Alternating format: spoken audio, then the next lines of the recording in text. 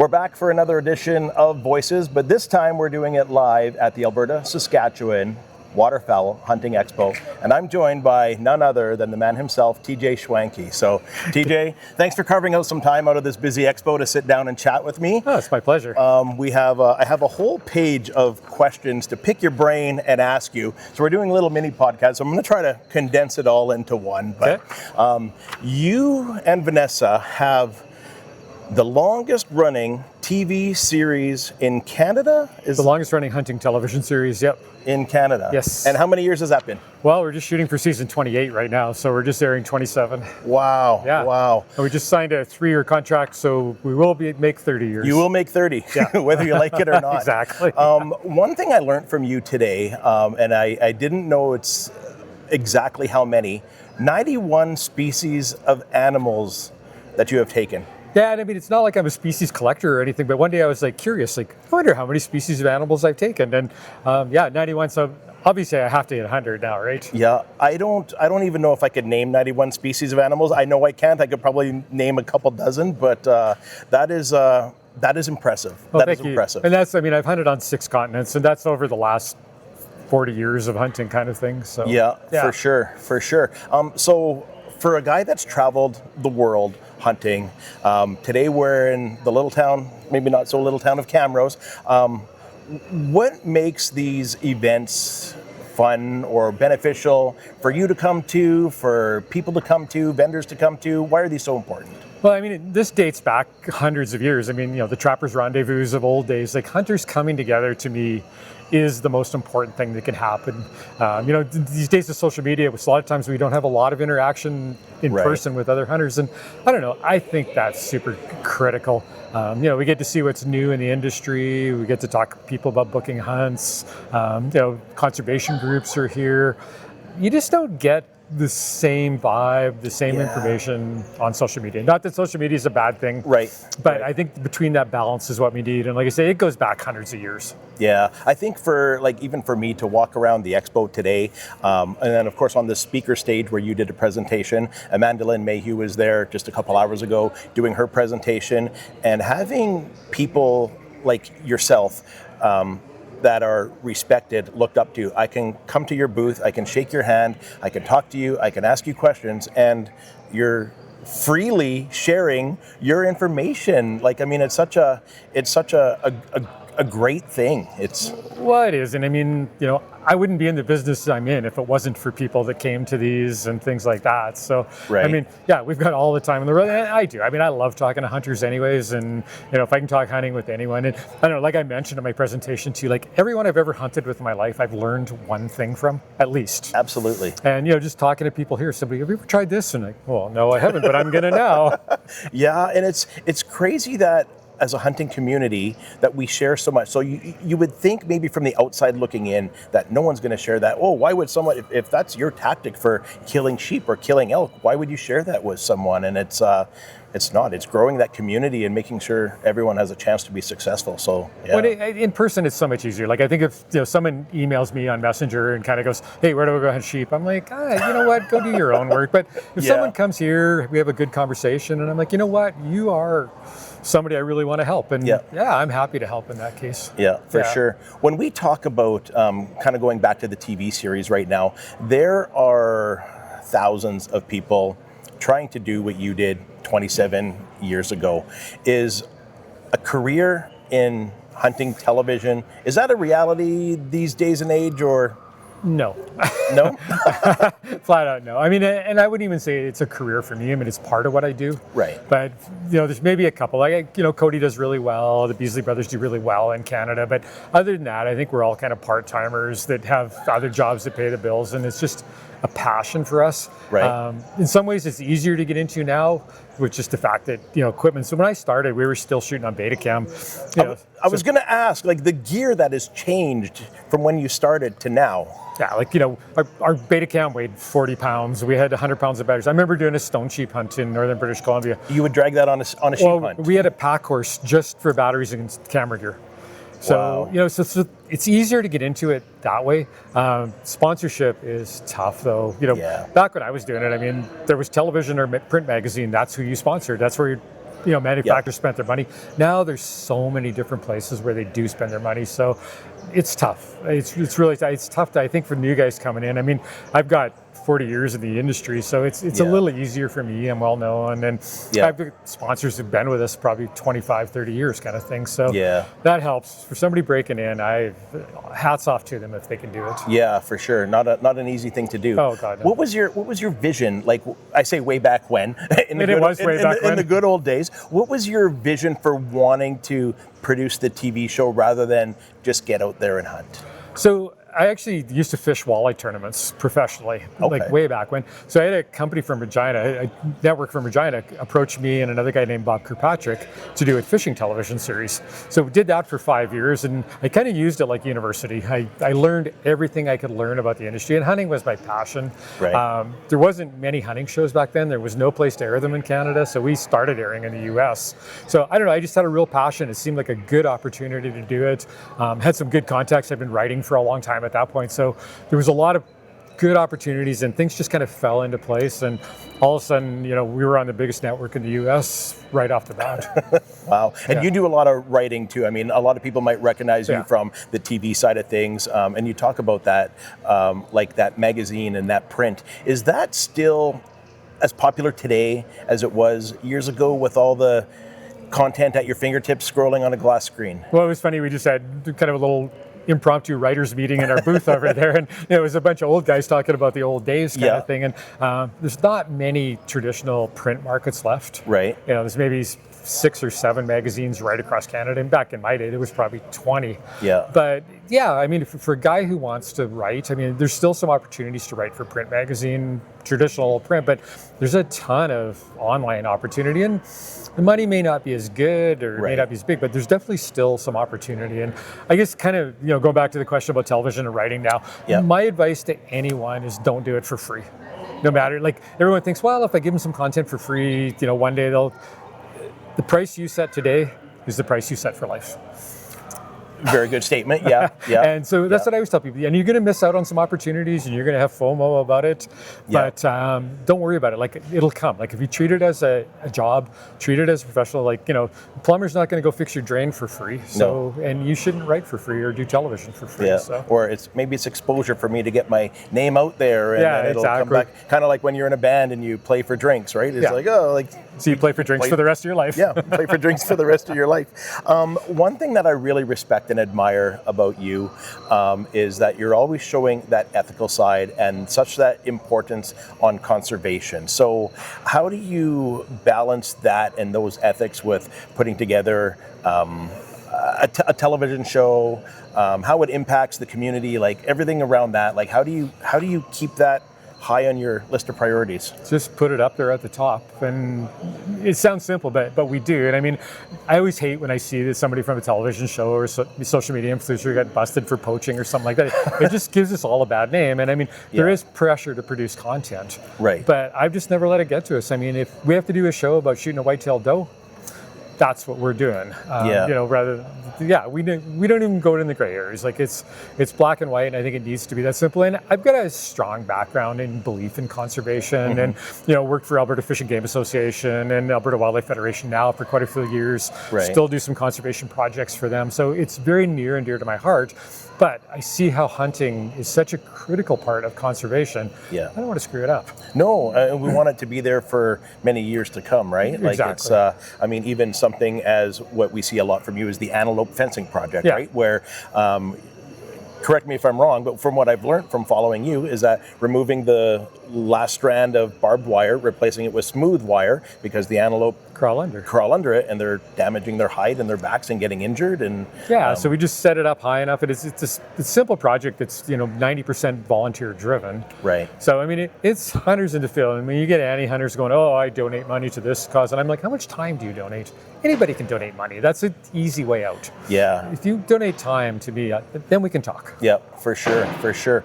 Going back to like your tenure on the length of the television show that you've been producing, what do you think it is about your show that's allowed you to remain on the air. I mean, you must be doing something right in order to do it that long and that good that people want to watch. But I think sticking to a formula, and for us, it's just showing it like it happens. I mean, our style is rough. It's we call it kind of guerrilla shooting. Like, we rarely use a tripod. There's a lot of shaky footage. But right from day one, I said, I want the viewer to think he is the camera. And that's eye is his eye or her eye.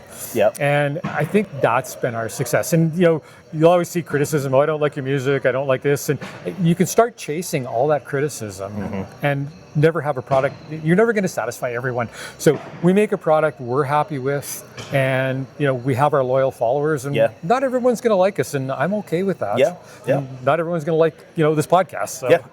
And I'm okay with that. Yeah. No, exactly, right.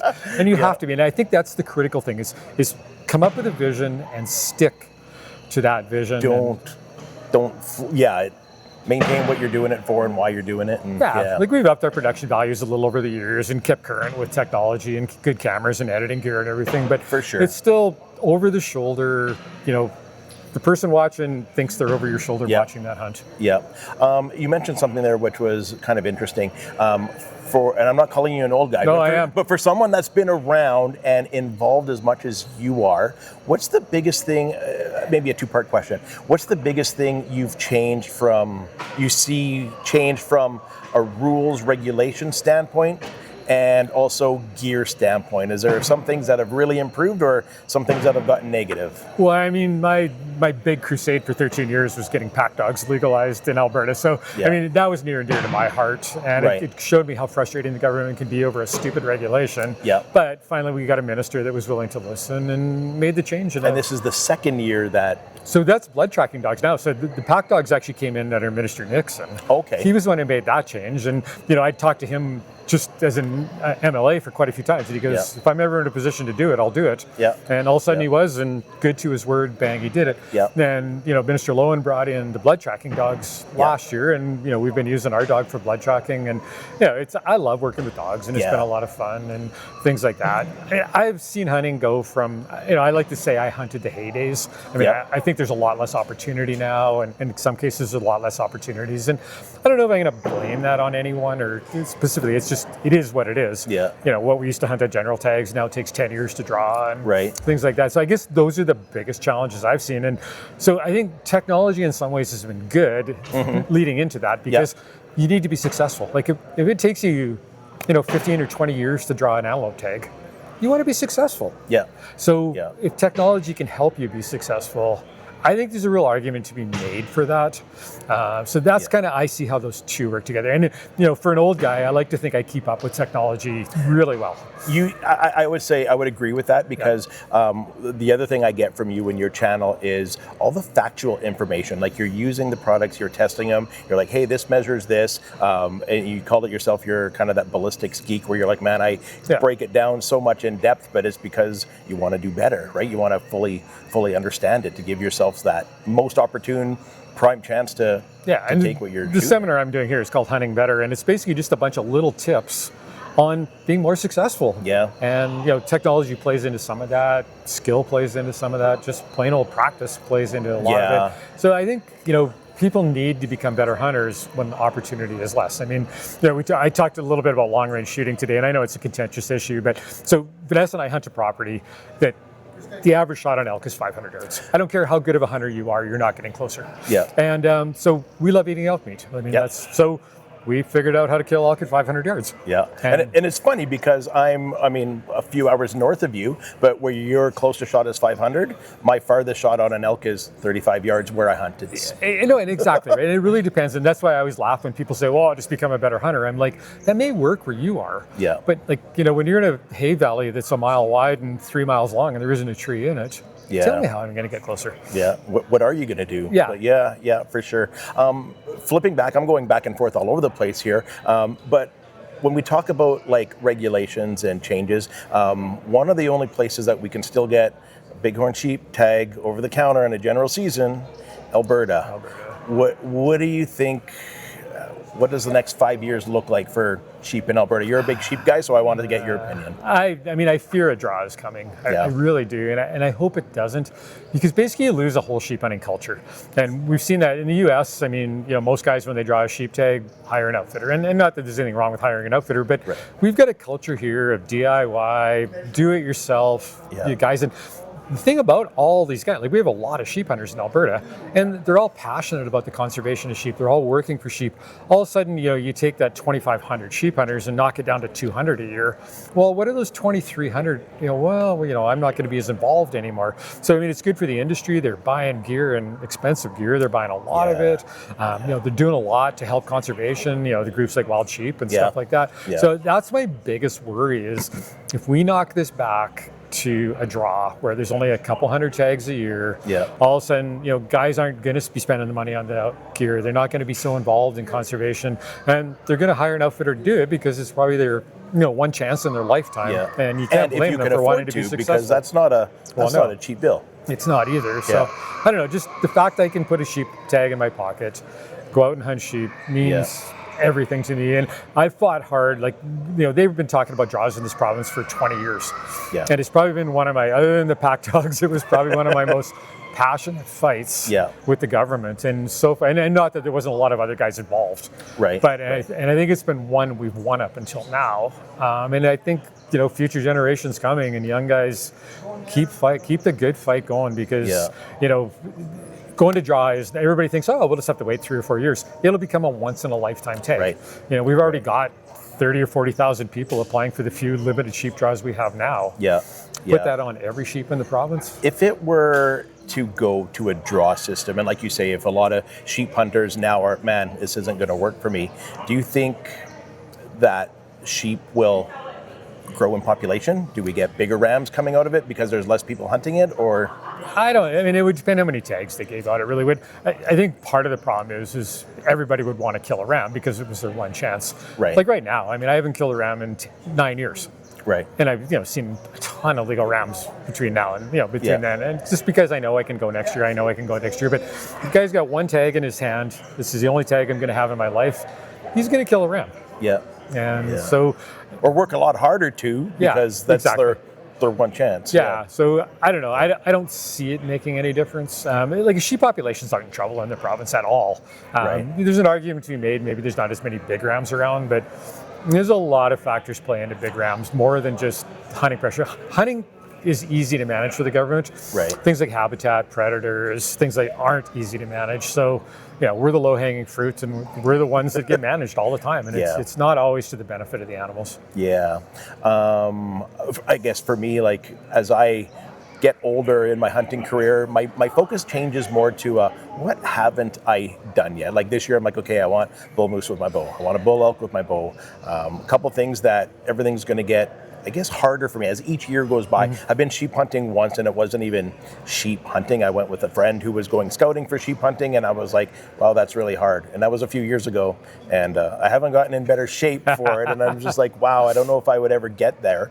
But kind of leading into that, for someone like you who has done so much, what is next? What goals do you have left, or what else is there for you to accomplish as a hunter? And it's true fact. And you're just talking basically about the stages that every hunter goes through. But I mean, for me, like it was, I did all that stuff in Alberta, and then we did our first international trip, and wow, and I think I talked to you about this earlier. Like going to Africa for the first time was like being 6 years old. Like, what bug's that? What's that tree? What's that animal? And having that feeling again was it was so revitalizing. And so I think that's been the real impetus to travel as much as we do, is just to experience things. Like, I'm not a collector at all. I mean, it's just, but like you say, you want to experience all these different things on so many different levels. But that said, I mean, we're going and doing a doe antelope hunt for Vanessa this year. And I'll be as excited about that as I am going. So I've never lost that excitement. And we love eating wild meat. I mean, we hunt elk hard, and we very rarely shoot a big elk. Yeah. And it's just, we like eating elk. And then that's what drives us to hunt elk, Yeah. is eating. And then, I don't know, just going and hunting antelope. Like I love hunting antelope. So if we Yeah. can go hunt a doe, all the better, Yeah. right? So You're right, and I think when we were chatting earlier, and I asked you that, like, does it ever get old? You're like, no, and it kind of made me reflect. That I'm like, it's like me going elk hunting every year in Alberta. It's like, is it ever? Oh, I don't want to do that. I've done that. No, it's like, oh my God, we get to leave in a couple of weeks, and here we go. So yeah, like for us doing international hunts, like the only part that gets old is the travel. And it's getting more difficult taking guns and things like that every year. It's just, airlines are making it harder and everything else. But like if I could teleport to all these different places and take my dog with me, I'd yeah. So speaking of that, I think that's something that's amazing that you and Vanessa are doing. And I know you'll say that's her doing that, but the Outdoor Quest TV hunting, did I get the name right? Hunting Adventures. Hunting Adventures, yes. So tell us a little about that, because I think it's so intimidating for people that have never been outside of their home territory, province, wherever you are, to have someone as like you and Vanessa with so much information, and not only information, but the experience. So tell me a little bit about kind of what you guys are doing. Yeah, so in October, Vanessa was kind of getting sick of her 9 to 5 and, kind of getting to that age where couldn't quite retire yet, but, wanted to change, wanted to do something different. And I've been bugging her for 2 or 3 years to get out of the corporate world. And so she's like, okay, well, let's do it. And so, so we started the new company, and basically we're a booking agency, hunting concierge. And so we've hunted on 6 continents. And so every outfitter we represent, we've hunted personally with. Right. We've been to the lodge, we know the good, we know the bad, we know how to warn people about what's. Then we've always teased Vanessa for years about the dossiers she makes every time we go hunting. Like you get a whole binder, and this was long before she was ever doing it as a business. Yeah. I mean, when I go hunting, I got my credit card. Yeah, I'm good to go. So she's been really good at that. So she's so good at making people feel prepared for where they're going. And I think that's the biggest thing. Like going to Africa for the first time is scary for people. Absolutely. We're going to get killed, we're going to get eaten by a lion and all this stuff. And it's so kind of talk them through all that, give them the realities of what it's like there. This is what you need to know. You got to spend the night in Johannesburg. This is where you'll stay. We'll help you book it. Somebody will meet you at the airplane. And so we've kind of known all that stuff. And we've offered advice for years. And probably half the outfitters we've talked with over the year or hunted with over the years have been, why aren't you a booking agent? So it was kind of a natural progression. Right.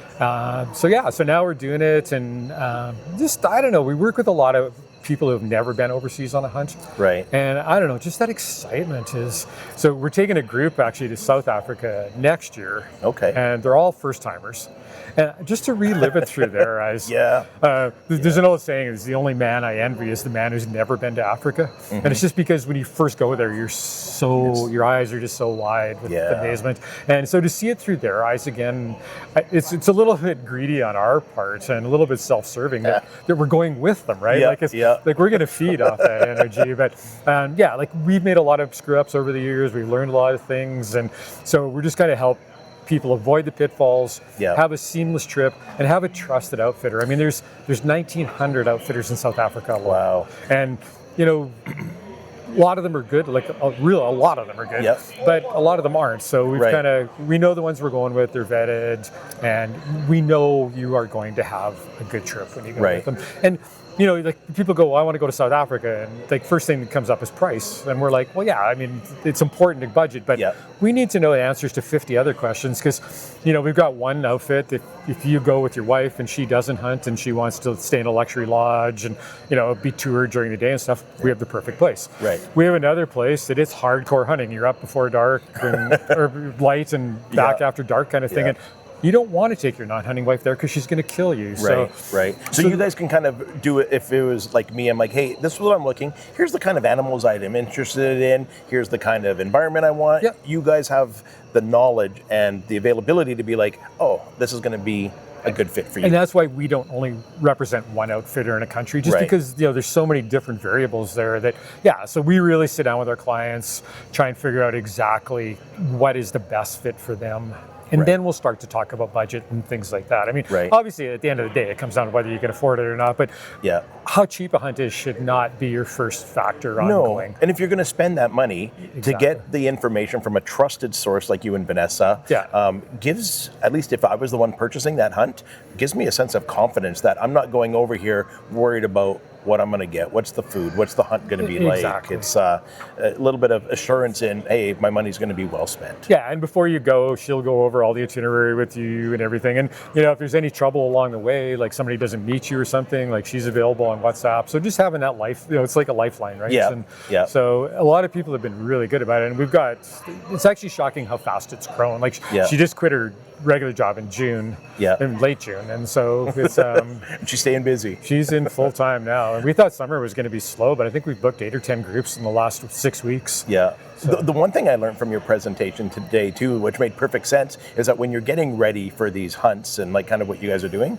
shot placement on the animals you're going to be hunting, like it's not even something, and I'm not thinking about going to Africa or anywhere else to shoot, but I mean, I know where to shoot a white-tailed deer and an elk and a bear and all that stuff, but never once would I imagine practicing on the animal that I'm going to be hunting. But even think of the difference between a whitetail and a black bear where you shoot them. I mean, it's considerable, right? But you know that because you hunt them, and then go to Africa and like she arrowed a giraffe there last year, right? And I talked about this in the seminar. Like it was some of the best footage I think I've ever shot. I was right behind you. You can see the arrow flying. When that arrow hit, I was like, why on earth did you shoot it there? And all I hear is the PH going, perfect.